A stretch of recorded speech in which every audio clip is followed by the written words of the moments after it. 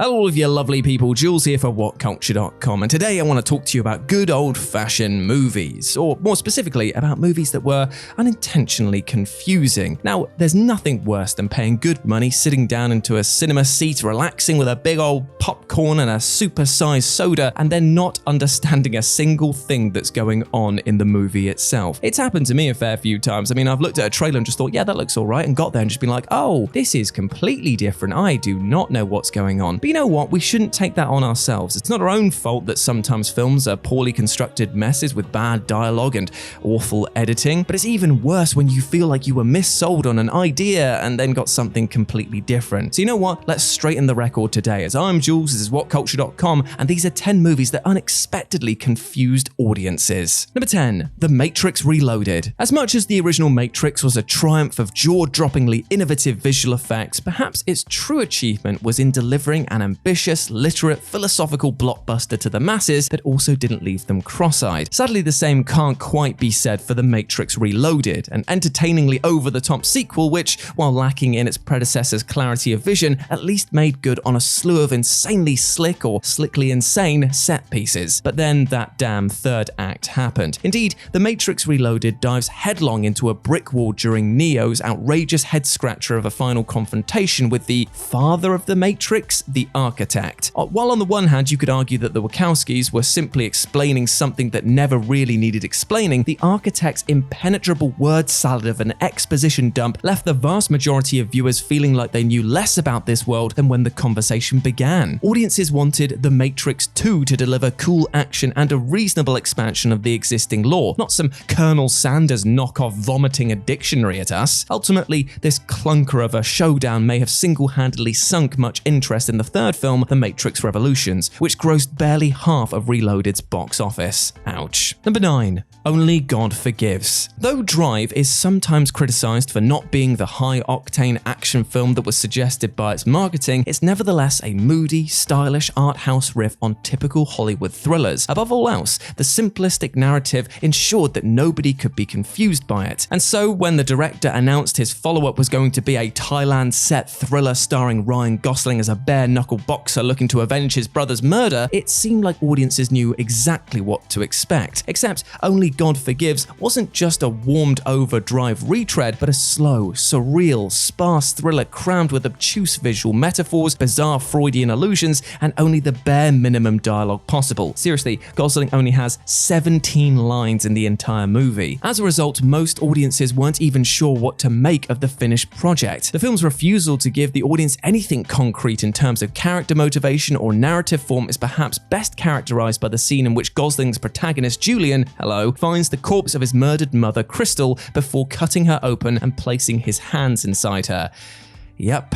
I mean, I get that there are films out there that try to refuse giving audiences what they want, but still, some information at all would be quite helpful, please. Number 8. Little Women. Greta Gerwig's Best Picture nominated adaptation of the legendary novel Little Women shouldn't have had much room to confuse people with, given that it's already been adapted to the screen countless times before, and all things considered isn't a terribly confusing story. But the film received blowback from audiences less familiar with Louisa May Alcott's novel, who feared that Gerwig failed to sufficiently distinguish the film's two time periods that are actually set 7 years apart, because she freely cuts between them without title cards. To make matters more complicated, the same principal cast is used for both sets of scenes, despite the titular characters all being young women who realistically would change drastically during those years, hence why you get the weirdness of like 22-year-old actresses playing 12-year-olds in the flashbacks. There is admittedly a visual tell to help audiences keep track of the two time periods, as the flashbacks have got an almost sepia-style tint to them, while the present-day scenes are actually graded to be more stark and realistic, but it was a small cue that a lot of audience members clearly didn't get. It certainly didn't prevent the film from being a huge critical and commercial success, even if many unacquainted with the source material found themselves struggling to keep up. Number 7. Terminator Genisys. Despite the Terminator movies revolving around an increasingly convoluted series of time-hopping, continuity resetting plots, the overwhelming majority of the films are actually relatively easy to follow thanks to their tidy internal logic, and that's true even in some of the lesser entries. But Terminator Genisys is an example of a movie which only creates a bigger headache the more it tries to fill the viewer in on crucial information. The more the characters attempt to clarify the timey-wimey shenanigans, the more or the audience's wish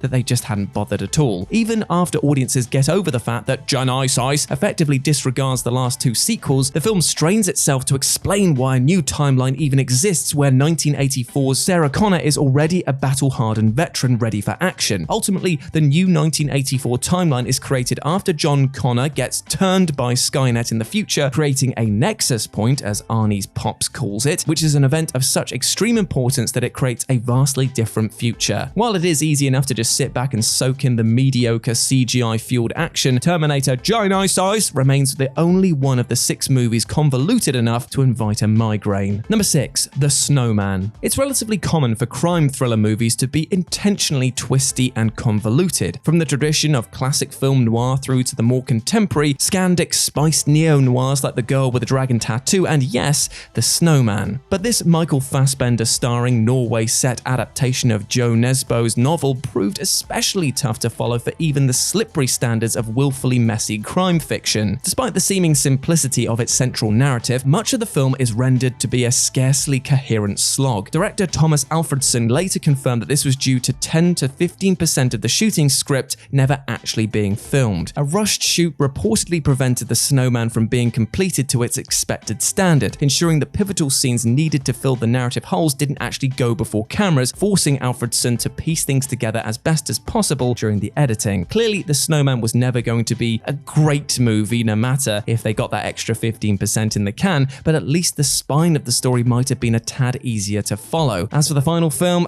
well, it's only as nonsensical as it is deeply, terribly boring. Number 5. Sucker Punch. When the trailers for Sucker Punch first dropped, we all thought the same thing. How complicated could a Zack Snyder movie about young women in sailor outfits fighting giant samurai possibly be? Well, as it turns out, Snyder's film was decidedly more cerebral and action film than just about anyone expected, with the movie taking place in both the real world and the more fantastical non-reality within traumatized protagonist Baby Doll's mind. The narrative itself was actually relatively easy to follow, but many simply could not get their head around the tone and intent of Snyder's movie. Was it sexist or not? In one corner, many criticized Sucker Punch for its apparent tone deafness of blatantly sexualizing young women who themselves are victims of sexual assault, but in the other, there are those that feel that the film is actually a sly commentary on sexism in the entertainment industry, that the objectification within the film is just another layer of its examination of misogyny. The latter is a reading which Snyder himself has supported, because of course he would, even if many feel that he's actually just not finessed enough a storyteller to come up with something that clever. Is it a sexist film or a film about sexism? Or could it just be a messy, contradictory collision of the two? The debate continues. Number 4. The Hunt. The Hunt may be far from the perfect movie, but it's definitely one of the most bold and provocative films to be released this year. A satirical horror film which left many critics fumbling to actually get a read on its specific intent. Now, the film follows a group of conservative voting deplorables who are rounded up and hunted to death by the bloodthirsty liberal elite, which prior to its release seemed to suggest that The Hunt was going to be leaning on the right side of the political spectrum. But the final movie itself is actually far more ambiguous about its politics, choosing instead to poke equal opportunities fun at both sides, while ultimately conceding the absurdity of an us versus them politics system. This naturally didn't stop people of all persuasions bearing their own political biases by damning it as either a fiercely left-wing or right-wing film, creating a muddy yet fascinatingly passionate discourse with no clear consensus. Number 3. Prometheus. From one confusing Damon Lindelof movie to another, now with Prometheus. Now, on paper, people seem to have got a pretty good idea of what the movie was going to be. A direct-ish prequel to Ridley Scott's Alien, which would have probably explained how the space jockey ended up on the planet LV-426 and also the origins of the xenomorph. The marketing for Prometheus absolutely played on the audience's expectations that this film would dovetail directly into Alien, and so major confusion abounded when the movie turned out to be something, well, more than a little different. Though the original script for Prometheus was indeed a straight prequel, Lindelof's rewrites ultimately reimagined this as a tangential storyline in close proximity to the events of Alien, taking place instead on the moon of LV-223. While it's easy to see how the movie's events could have been easily fed into Alien, for reasons unknown, the decisions were made to create a buffer between them, leaving fans understandably baffled and frustrated. Some suspected that this was done in order to leave room for sequels which would inch closer to actually connecting to Alien, but but for whatever reason, fans couldn't quite get their heads around such a bizarre bait and switch. Number 2, Batman vs Superman: Dawn of Justice. Batman vs Superman is one of those movies which really just needed to deliver on what was on the tin. Two of the most iconic superheroes in history beating the ever-loving piss out of each other. But Zack Snyder, being Zack Snyder, he of course decided to turn this into a shockingly convoluted, over-plotted 151-minute slog. Though the movie's 3-hour Ultimate Edition does clarify some of the nagging plot discrepancies, it doesn't really elaborate on the likes of Lex Luthor's nebulous motivations for making the heroes fight one another, nor the totally bungled execution of the infamous Martha moment. Now, given the appeal of the titular attraction, this film is not one that needs dozens of characters and so many subplots. All it needed was a setup, an end of first act fight which Superman won, and an end of second act fight which the more prepared Batman won, and then the third act of them teaming up against a bigger villain. That's it, I fixed the film for you, you're welcome. Instead, it was obsessed with Senate hearings, an off-puttingly mopey Man of Steel, and basically trying anything but to be a stripped-down mano a mano superhero slugfest that it should have been. And number 1,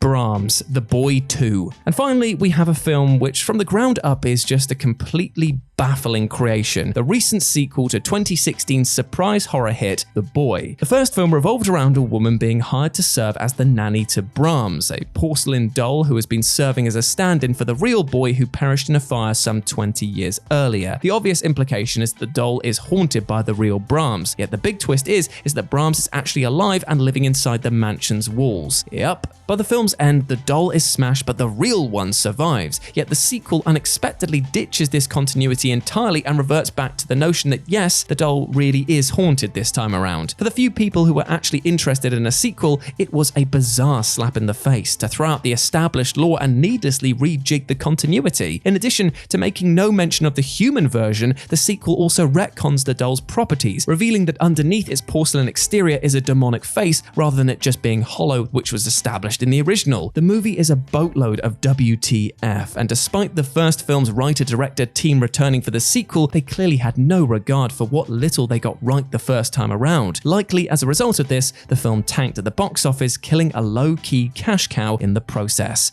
Well done. And there we go, those were 10 movies that unexpectedly confused audiences. I hope that you enjoyed that, and please let me know what you thought about it down in the comments section below. As always, if you want to chat to me further about anything to do with horror movies, TV, film, video games, whatever else, you can do so over on Twitter at RetroJ0, or you can swing by Live and Let's Dice. It's my personal gaming channel where I stream every single Wednesday and Sunday. But before I go, I just want to say one thing. We detailed today a lot about movies that unexpectedly confused audiences, but you know what? I'm going to be a straight shooter, straight from the hip, and talk to you, yes, you listening to this video right now. I hope that you're well. I hope that you are treating yourself fairly, both mentally and physically, and you're surrounding yourself with love, because you deserve that. You deserve happiness, love, and success. We all do as humans, and we should never feel alone or let other people make us feel anything different. You are a massive ledge. Now go out there and absolutely smash it, my friend. As always, I've been Jules. You have been awesome. Never forget that, and I'll speak to you soon. Bye.